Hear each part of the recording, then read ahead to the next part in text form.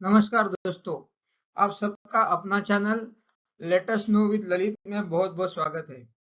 आज हम हाईवेज के बारे में चर्चा करेंगे। ये जानेंगे कि हम जो कार्य क्षेत्र में काम करते हैं उसमें हाईवेज की क्या जरूरत होती है और उससे कार्य क्षेत्र में और हमारे वर्किंग परफॉर्मेंस में क्या फर्क पड़ता है।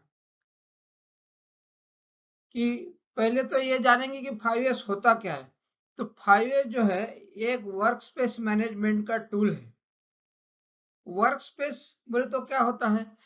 वर्क स्पेस वो जगह होती है जहां हम लोग काम करते हैं। जैसे गृहिणी के लिए घर होता है, कंपनी में जो लोग ऑफिस में काम करते हैं उनके लिए उनका ऑफिस होता है, जो लोग शॉप फ्लोर में काम करते हैं उनके लिए शॉप फ्लोर होता है, जो लोग स्टोर में काम करते हैं उनके लिए स्टोर होता है, जो लोग मेडिकल शॉप में या हॉस्पिटल में काम करते हैं उनके लिए वो मेडिकल शॉप या हॉस्पिटल, जो लोग स्टेशनरी मार्ट में काम करते हैं उनके लिए स्टेशनरी मार्ट होता है। मतलब जहां पे भी हम लोग अपना काम करते हैं अपनी दिनचर्या गुजारने के लिए, वो होता है हमारा वर्क स्पेस।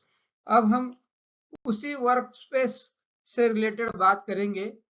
तो ये पहले तो ये जानेंगे कि ये 5S की टर्मिनोलॉजी जो है, जो मेथोडोलॉजी है, इसका इजाद कहाँ से हुआ।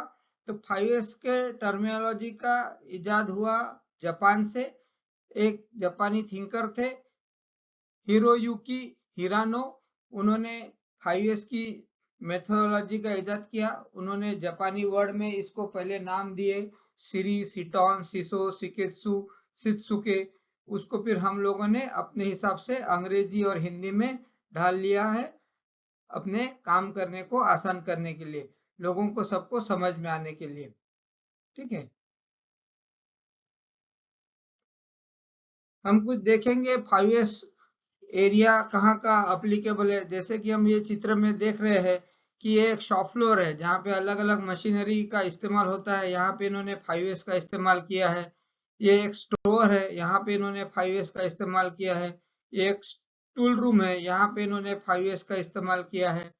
ये एक ऑफिस है, यहाँ पे इन्होंने, आप बिफोर में और आफ्टर में फर्क देख सकते हो, इन्होंने 5S का इस्तेमाल किया है। ये मेडिकेशन रूम है, जहाँ पे हॉस्पिटल से अटैच है, वहां पे इन्होंने 5S का इस्तेमाल किया है। ये एक वर्कशॉप है जहाँ पे इन्होंने 5S का अलग अलग चीजों का कहाँ कहाँ रखना चाहिए उनका प्रॉपर लोकेशन वगैरह का मार्किंग किया है, 5S का इस्तेमाल किया है। ये एक 5S का इस्तेमाल किया हुआ किचन स्टोर किचन है 5 स्टार होटल का। ये कुछ आप लोगों के लिए क्वेश्चंस है जो कि बेस्ड ऑन 5S है। तो 5S जो है वो 5 स्टेप में किया जाता है। एक है, पहला स्टेप है सॉर्ट यानी कि छांटना। दूसरा स्टेप है सेट इन ऑर्डर, मतलब हर जगह को असाइन करना, हर सामान को असाइन करना कि वो कहाँ पे रहेगा, उसका लोकेशन क्या रहेगा।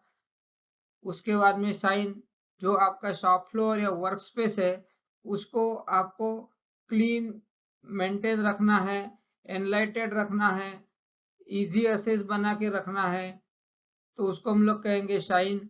और स्टैंडर्डाइज, तो स्टैंडर्डाइज में आता है कि सब चीजों के लिए डॉक्यूमेंटेशन होना चाहिए ये चीजों का। और आगे में हम लोग विस्तार में जानेंगे कि स्टैंडर्डाइज स्टेप में हमारे को क्या करना है। और पांचवा और इम्पोर्टेंट स्टेप है सस्टेन, जो कि सबसे डिफिकल्ट स्टेज है इसमें।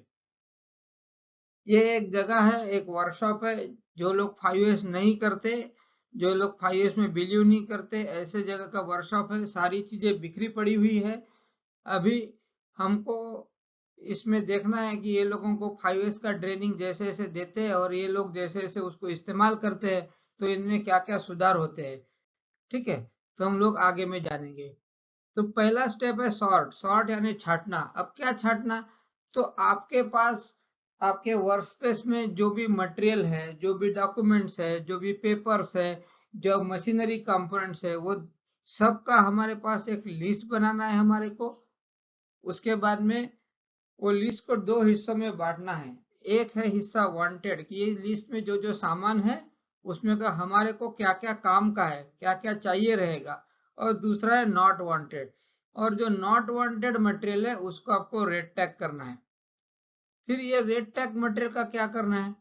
तो इसमें जो लोग शॉप फ्लोर में या फैक्ट्रियों में काम करते हैं तो इसमें का जो रेड टैग मटेरियल है वो हो सकता है कि आपके काम का नहीं हो, लेकिन ये भी हो सकता है कि आपके ऑर्गेनाइजेशन में दूसरे किसी के को काम आने वाला हो, तो उसको या तो आप स्टोर को वापस कर दीजिए या आप एक सर्कुलर चला दीजिए पूरे कंपनी में कि भाई हमारे पास ये मटेरियल एक्स्ट्रा में है और इसको हम डिस्पोज ऑफ करने वाले हैं, जिनको भी चाहिए वो फ्री ऑफ कॉस्ट आके हमारे शॉप से लेके जा सकता है।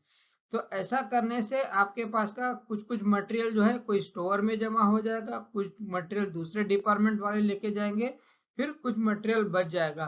फिर वो मटेरियल का हमें क्या करना है, तो आफ्टर 1 मंथ आपको जो है वो जो मटेरियल बचा है उसके गवर्नमेंट नॉर्म्स के हिसाब से उसको डिस्कार्ड करना है। ये हमेशा ध्यान देना है कि गवर्नमेंट नॉर्म्स के हिसाब से, इसलिए क्योंकि कुछ कुछ मटेरियल ऐसा होता है कि जिसको गवर्नमेंट ने नॉर्म्स बनाए हुए कि उसको डिस्पोज ऑफ कैसा किया जाना चाहिए, तो उसके हिसाब से उसको डिस्पोज ऑफ करना है। तो ये शॉप फ्लोर जो भी हम लोगों ने पहले देखा था, इन्होंने उसके हिसाब से काम चालू किया है। अब इन्होंने कुछ कुछ मटेरियल जो है जो उनके यहाँ पे अनवांटेड है उसको रेड टैग एरिया का बोर्ड लगा के वो सामान सब एक जगह इकट्ठा किया है। अभी वो हमने जो स्ट्रेटेजी बताई है उसके हिसाब से उसको डिस्कार्ड करेंगे।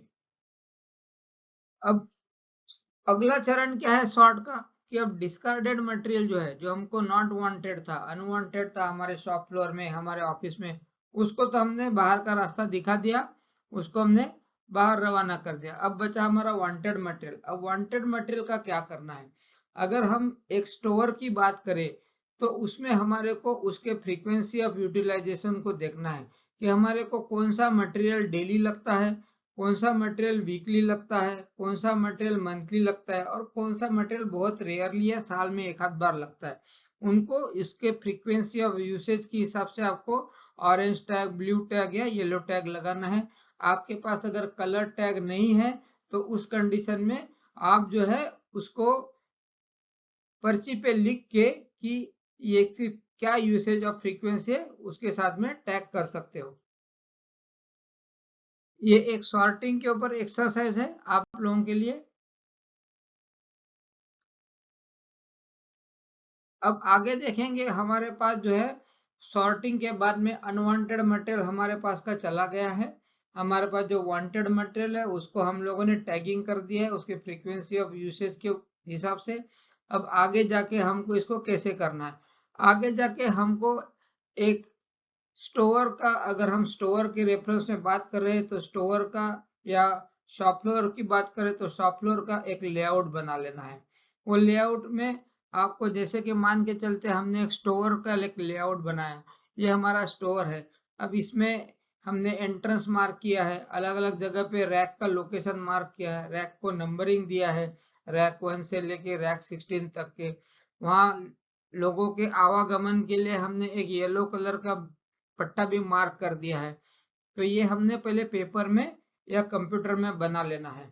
उसके बाद हमें क्या करना है, उसके बाद हमें ध्यान रखना है कि हम लोग जब कोई भी सामान को लोकेशन असाइन करेंगे तो जो लाइट वेट का मटेरियल है वो रैक के ऊपर वाले खाने में रहे और हेवी जो मटेरियल है वो नीचे वाले हिस्से में रहे, ताकि जो भी टेक्नीशियन हो, जो भी भाई हो वहाँ काम करने वाले, उनको उसको रखते या निकालते समय चोट ना पहुंचे। उसके बाद हमारे को जो मटेरियल हमारे डेली यूज का है उसको हमें क्या रखना है, उसको हमें डेली यूज के मटेरियल को एंट्री के नजदीक रखना है। जो वीकली यूज का मटेरियल है वो थोड़ा सा एंट्रेंस से थोड़ा दूर रहेगा, जो मंथली यूज का मटेरियल है वो थोड़ा और रहेगा, और जो बहुत रेयरली यूज होने वाला मटेरियल है वो यहाँ एकदम कोने वाले रैक में रहेगा। ऐसा हमें इसलिए करना है ताकि जो डेली यूज का मटेरियल है वहां पे लोगों का ट्रांजैक्शन जो है वो ज्यादा रहेगा, बार बार निकालेंगे बार बार रखेंगे तो उसमें मिक्सअप होने के चांसेस ज्यादा रहते हैं। तो इसलिए जो है हमें उसको ध्यान देना है। क्या हुआ हम अगर फैक्ट्री के शॉप फ्लोर की बात करेंगे तो उसमें हमारे को जो सामान का रखने का जगह पक्का करना है उसमें हमारे को देखना है जो भारी सामान है वो हमारे को क्रेन के अप्रोच में, जहां आपको क्रेन का या चेन पुली ब्लॉक का अप्रोच है ऐसे जगह रखना है, और जो हल्का सामान है वो क्रेन अप्रोच के बाहर आप रख सकते हैं, ताकि आपको हैंडलिंग करते समय सेफ्टी का भी ध्यान रखा जा सकता है, किसी को चोट नहीं लगे।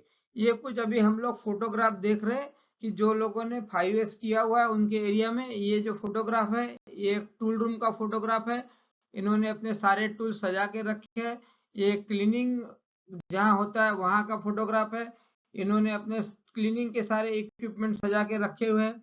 ये एक स्टोर का है, उन्होंने सब सामान वामान बराबर सजा के रखा है, वॉकवे को पेंट करके रखा है वहां पे। ये एक कोई शॉप फ्लोर का फोटो है जहां पे इन्होंने वॉकवे तो मार्क किया ही है, डस्टबिन का लोकेशन मार्क किया, साथ साथ वो शॉप फ्लोर में काम करने के लिए कौन से पीपीई का इस्तेमाल करना चाहिए, जैसे कि शू है, रिफ्लेक्टिव जैकेट है, सेफ्टी हेलमेट है, ये भी उन्होंने वॉकवे में मेंशन कर दिया है, ताकि किसी को अलग से बताने की जरूरत नहीं पड़े।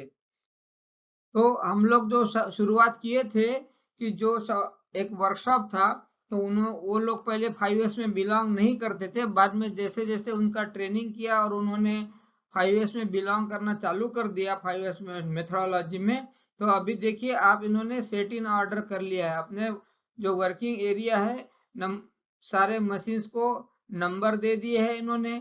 उसके बाद में वर्किंग एरिया को एक बाउंड्री बना दी है, सारे अनवांटेड आइटम्स वगैरह सब ऑलरेडी उन्होंने हटा दिया है। ये टूल्स की अलग से उन्होंने एक रैक बना दी है, ताकि उनकी टूल्स की अवेलेबिलिटी प्रॉपरली बनी रहे जब भी उनको काम करना है उस समय। अब आगे देखते हैं कि हम लोग आगे 5S में कैसे बढ़ेंगे। एक छोटा सा टेस्ट है आप लोगों के लिए। अब सेट इन ऑर्डर के बाद में आता है शाइन। तो हम लोग जो कार्य क्षेत्र में काम करते हैं, तो कार्य क्षेत्र गंदा भी होता है। स्टोर है तो स्टोर में जो सामान आता है, उसके बाद में कार्टून में सामान आता है या वुडन बॉक्स में सामान आता है, तो उसको डिस्पोज ऑफ करना पड़ता है। कहीं डस्ट भी रहती है, कहीं पे लाइट फ्यूज हो जाता है। अगर शॉप फ्लोर है तो कहीं शॉप फ्लोर में ऑयल स्पिलेज हो जाता है, कोई शॉप फ्लोर में डस्ट आती है। तो वो सब चीजों को, चाहे स्टोर रहे, चाहे शॉप फ्लोर रहे, चाहे घर रहे या चाहे ऑफिस रहे, वो सब, ऑफिस है तो कहीं चाय वगैरह का कप रहता है उसके दाग टेबल पे आ जाते हैं, पुराने पेपर बचे रह जाते हैं। तो ये सारे चीजों को बीच बीच में क्लीनिंग करने की जरूरत है। तो हमें शाइन स्टेप में क्या करना है, thorough cleaning of our area. हम लोग जो कार्य क्षेत्र में काम करें, जो वर्क स्पेस में काम करें, उसका थरो क्लीनिंग करना है। अब ये जो काम है 5S का, ये किसी एक बंदे का काम नहीं है, ये टीम वर्क है। अब टीम वर्क है तो टीम में किसकी जिम्मेदारी क्या होनी चाहिए ये भी तय होना चाहिए। तो इसलिए रिस्पॉन्सिबिलिटी असाइन होनी चाहिए कि क्लीनिंग का काम किसने किसने करना है। इसके लिए कोई अलग से आपको मैन पावर मिलने वाला नहीं है। आप अगर सोचेंगे कि ये तो मेरा क्लीनिंग का काम मेरा नहीं है, तो वैसा नहीं है, ये आपका रूटीन जॉब का हिस्सा है। तो क्लीनिंग भी हमारा ही जिम्मेदारी है। अब उसके लिए एक शेड्यूल बनाना चाहिए कि आपके जो टीम मेंबर्स है, वो टीम मेंबर्स में कौन सा टीम मेंबर कौन से दिन, मंडे को कौन क्लीनिंग करेगा, ट्यूसडे को कौन क्लीनिंग करेगा, ऐसा क्लीनिंग का एक शेड्यूल बनाना है। जो भी आपका वर्क स्पेस है उसमें प्रॉपर इल्यूमिनेशन है कि नहीं, एडेक्वेट उजाला आ रहा है कि नहीं, वो भी आपको इंश्योर करना है। अगर नहीं आ रहा है तो आपको आपके यहाँ के इलेक्ट्रिकल डिपार्टमेंट से बात करके वहां पे जो नेसेसरी लाइट्स है उसको लगवाने हैं, ताकि आपका एरिया इल्यूमिनेटेड रहे, आपके जो स्पेयर्स रखे हैं वो आपको आसानी से दिखे, आपको उसमें कोई कंफ्यूजन नहीं हो। अब ये बेनिफिट्स ऑफ शाइनिंग करने से क्या क्या होगा। शाइनिंग करने से जो है, ये आपके टीम मेंबर्स का मोरल इंप्रूव होगा। अब ये मोरल कैसे इंप्रूव होगा, तो कोई भी आदमी जो है वो गंदे जगह पे काम करना नहीं पसंद करता। आप जब अपने एरिया का 5S करेंगे या अपने स्टोर का 5S करेंगे, उसमें शाइन का स्टेप करेंगे, तो आपका एरिया जो है साफ सुथरा हो जाएगा। उससे सबके मन में एक पॉजिटिविटी की भावना आ जाएगी, और उससे आपके टीम का काम करने की इच्छा शक्ति बढ़ेगी, मोरल जो है टीम का बढ़ेगा। अब सेफ्टी कैसे इंप्रूव होगी, हमने पहले चित्र में देखा था कि उसमें बहुत सारा सामान फैला हुआ है, टूल्स फैले हुए हैं, ऑयल ग्रीस बिखरा हुआ है, तो उसमें क्या होगा, ऐसे जगह पे जब कोई काम करेगा तो उसको चोट लगने की पूरी संभावना रहती है। साफ सुथरे जगह पे जहाँ कोई ऑयल का रिसाव नहीं है, जहाँ कोई ग्रीस फैला नहीं है, जहाँ कोई कॉटन वेस्ट डला हुआ नहीं है, जहाँ पे वॉकवे का प्रॉपर मार्किंग किया हुआ है, जहाँ एरिया है हमारा वर्किंग एरिया, वहां पे प्रॉपर इल्यूमिनेशन का ध्यान रखा गया है, कोई अंधेरा नहीं है, तो ऐसे जगह पे काम करने से किसी के भी साथ कोई भी हादसा होने की संभावना कम हो जाती है। तो सेफ्टी इंप्रूव हो जाती है, सेफ्टी कल्चर बिल्ड हो जाता है। लेस इक्विपमेंट डाउन टाइम, जब आप इक्विपमेंट का मेंटेनेंस करते हो तो उस समय में आप टूल बॉक्स लेके जाते हो, वो टूल बॉक्स में अगर सारे पाने, पिंचिस, स्क्रू ड्राइवर, टेप, जो भी है, ऑयल कैन, वो सारा अगर एक ही बॉक्स में भर दिया जाए तो आप काम करने में आपको दिक्कत हो जाएगी। 5S उसका करोगे, प्रॉपर अलग अलग कंपार्टमेंट में सब सामान छाट के रहोगे तो आपको आसानी से टूल्स मिलेंगे। कोई भी काम करते समय जब दिक्कत होती है तो आदमी के दिमाग में निगेटिविटी आ जाती है, और निगेटिविटी दिमाग में रहते हुए हम लोग जब काम करते हैं तो उसके अच्छे रिजल्ट्स नहीं मिलते, तो उसके वजह से आपका डाउन टाइम भी बढ़ता है। जब आप 5S करोगे, सारी चीजें आसान हो जाएगी, सारे इक्विपमेंट आपको इजीली एक्सेसिबल होंगे, सारे टूल्स इजीली एक्सेसिबल होंगे, एरिया आपका नीट एंड क्लीन होगा, आपके दिमाग में पॉजिटिविटी रहेगी, तो आपका परफॉर्मेंस भी इंप्रूव होगा, आप कोई भी काम जल्दी करोगे। इससे क्या हो जाएगा, इससे इक्विपमेंट का डाउन टाइम तो कम होगा।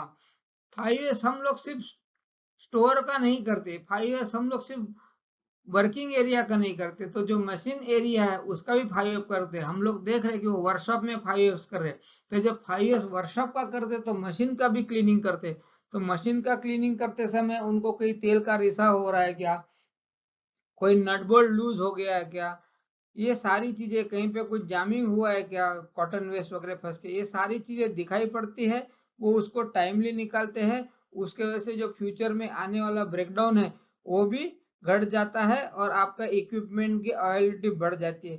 Better quality due to less contamination, आपको धूल धक्कड़ में, ग्रीस तेल का रिसाव है, ऐसे जगह काम करने में कोई भी क्वालिटी आउटपुट नहीं दे सकता। लेकिन अगर कोई बढ़िया वर्किंग एरिया दिया जाए किसी को, तो उसका आउटपुट जो है वो क्वालिटी आउटपुट कहलाएगा, वो अच्छे तरीके से काम कर पाएगा। Improvement in ownership, improvement in ownership कैसे होगी, कि आप एक फैक्ट्री में काम कर रहे हैं, आपका हिस्सा आपने 5S कर लिया, उसके वजह से सब लोग आपको अगर रिकॉग्नाइज करने लगे, मैनेजमेंट रिकॉग्नाइज करने लगा, तो आप में क्या हो जाएगा, एक जज्बा पैदा हो जाएगा ओनरशिप का, कि भाई ये मेरा एरिया है, आप उसको बिगड़ने नहीं दोगे, तो उससे आपका एक ओनरशिप बना रहेगा। अब हम देखेंगे उन्होंने जो है अपने वर्कशॉप में शॉर्ट भी कर लिया, सेट इन ऑर्डर भी कर लिया, अभी शाइन भी कर लिया। देखिए उन्होंने अभी कितना बढ़िया साफ सुथरा भी किया है, सब वर्क इन प्रोग्रेस के बॉक्सेस लगा दिए हैं, इधर मशीन एरिया का बोर्ड लगा दिया है, सब अलग अलग मशीन के पास अलग अलग टूल्स के कैबिनेट बना दिए। ये क्लीनिंग के लिए, सबको क्लीनिंग भी करना है ना शाइन में, तो क्लीनिंग के लिए भी एक अरेंजमेंट बना दिया, क्लीनिंग केज बना दिया, उसमें सारा डस्टबिन, झाड़ू वगैरह सब रख दिया है, ताकि जब भी क्लीनिंग का टाइम रहे तो उस समय वो लोग जल्दी से यहीं से क्लीनिंग टूल्स लेके अपने एरिया को काम खत्म होने का नीट एंड क्लीन रख सके।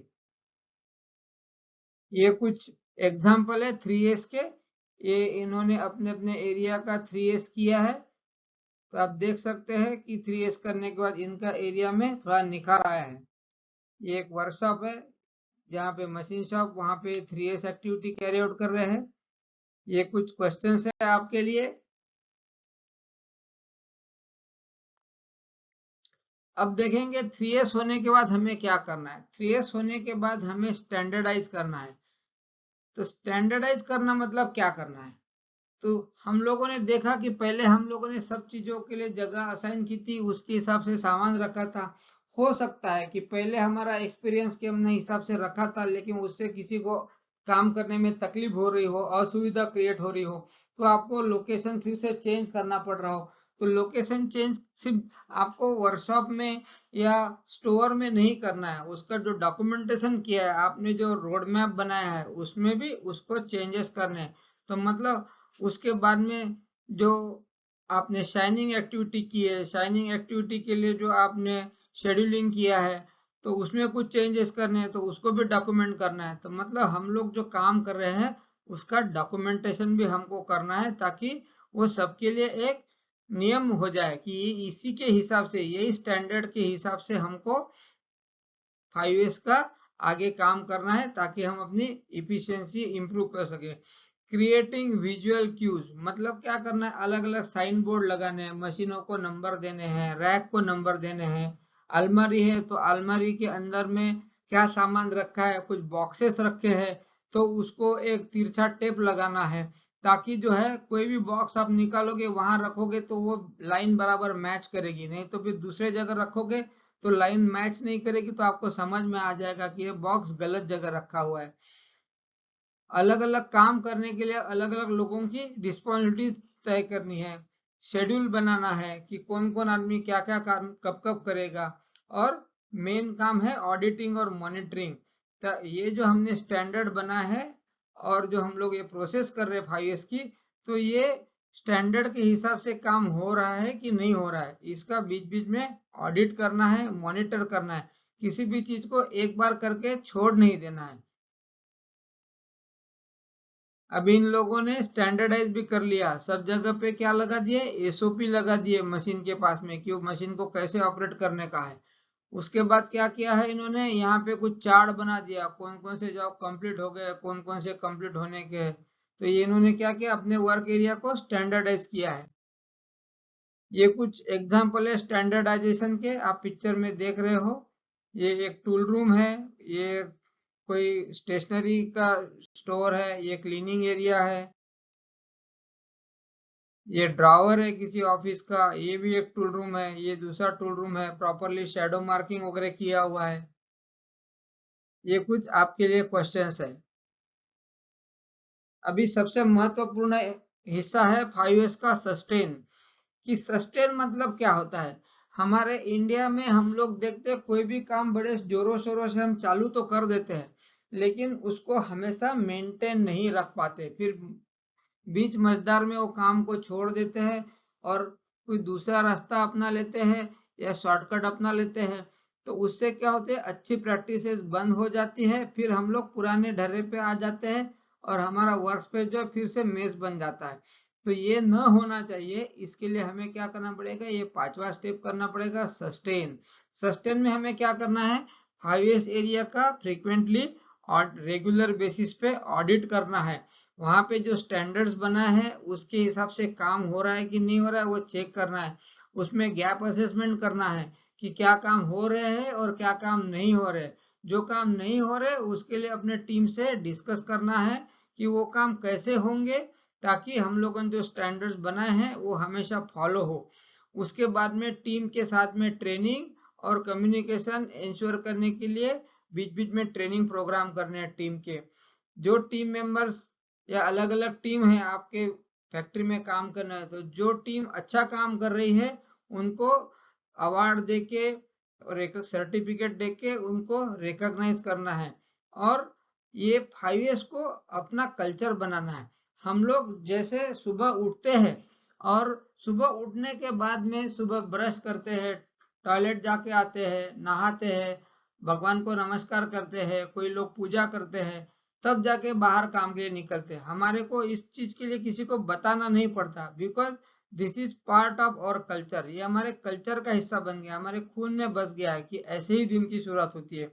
तो हम सबको 5S जो है अपने ऑर्गेनाइजेशन का कल्चर बनाना है, हमारे खून में बसाना है।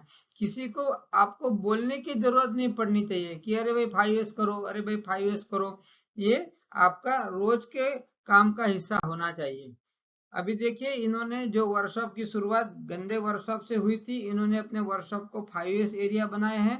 जो भी पहले उनका रेड टैग वाला एरिया था उसको उन्होंने भी ट्रेनिंग एरिया करके डेवलप कर लिया, ताकि बीच बीच में यहाँ पे जो भी वर्कर्स काम करते हैं उनका प्रॉपरली ट्रेनिंग किया जा सके। तो हमको भी इनसे सीख लेनी है और अपने एरिया को 5S एरिया बना के उसको सस्टेन करना है, मेंटेन करना है। 5S एरिया अपने वर्क कल्चर में लेके आना है।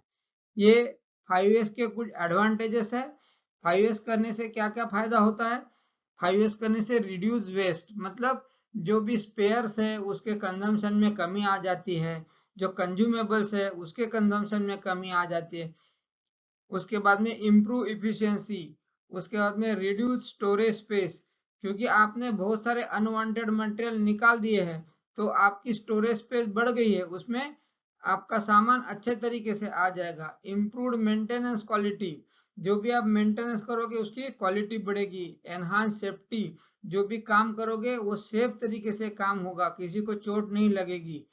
रिड्यूस डाउन टाइम, मशीन का डाउन टाइम कम रहेगा। इंक्रीज एम्प्लॉय मोरल, जो लोग वो काम हाईएस्ट एरिया में काम करेंगे उस एरिया साफ सुथरा नीट क्लीन व्यवस्थित रहने से उनका मोरल इंप्रूव होगा।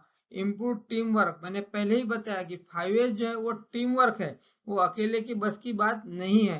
तो जब सब लोग मिल के काम करेंगे और अच्छे रिजल्ट्स आएंगे तो उससे आपका टीम बिल्डिंग हो जाएगा और टीम वर्क इंप्रूव होगा। Reduce inventory cost, inventory cost क्यों रिड्यूस होगी, क्योंकि हमारे को जितना जरूरत है उतना ही हम अपने स्टोर में रखेंगे, एक्सेस मटेरियल रखेंगे नहीं और मंगाएंगे भी नहीं। इससे क्या हो जाएगा, आपकी इन्वेंट्री कॉस्ट भी घट जाएगी। ये कुछ क्वेश्चंस है आपके लिए।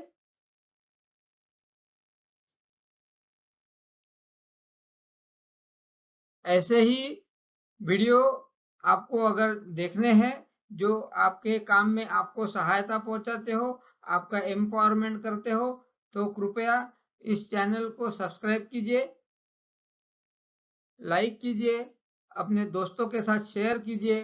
Keep learning, keep growing. Thank you very much.